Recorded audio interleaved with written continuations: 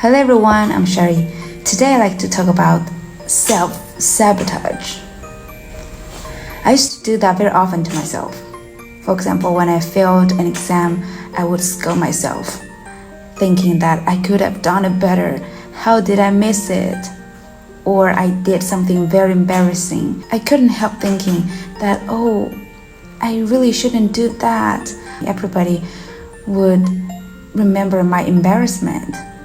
I would think too much that I cannot sleep. So have you been in this situation? Have you often sabotaged yourself? If so, I can tell you, this is very bad.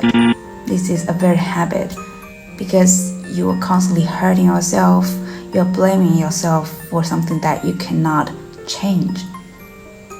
And I believe in the theory of attraction. I believe that if you have a very positive mind, you can attract positive things happening to you. If you always think bad about yourself, then you're also shutting down more good things happening in your life. So why not be kind to ourselves and stop self-sabotaging? But how can we do that? How can we stop self-sabotaging? So here are some steps. First step is you need to tell yourself, what is done is done. It's water under the bridge. We cannot change the fact, right? We cannot change what has already happened.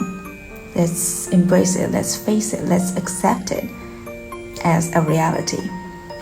And second step is to drag yourself out of this mire of emotions to the pool of actions. So instead of thinking about, I should have done this, think about what I can do now to make the situation better.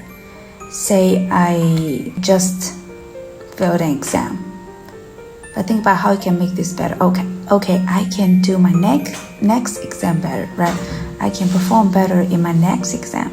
So by changing this perspective from emotions to actions, you will be more pumped to problem solving instead of pitying on yourself. And third step is even better, which I highly recommend, is to change your role of being a victim of your actions, of being in this victim mindset to the mindset of being a master, of being an interpreter. Okay, I may have screwed this exam or that interview. What if it's the destiny? What if the universe is sending me signals?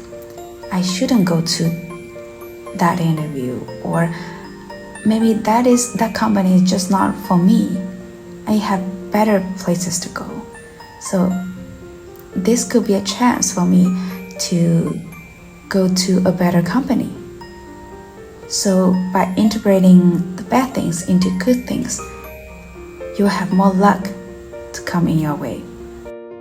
So these are some concrete steps for you to take when you feel that you are hurting yourself for what you've done. You are blaming yourself for what you've done.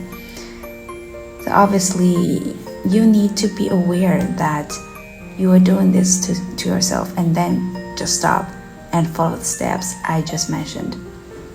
I hope we can all love ourselves like our best friends. Have a positive mind about ourselves. Have faith, have confidence in ourselves. And your faith is in you. Thank you for watching. See you next time.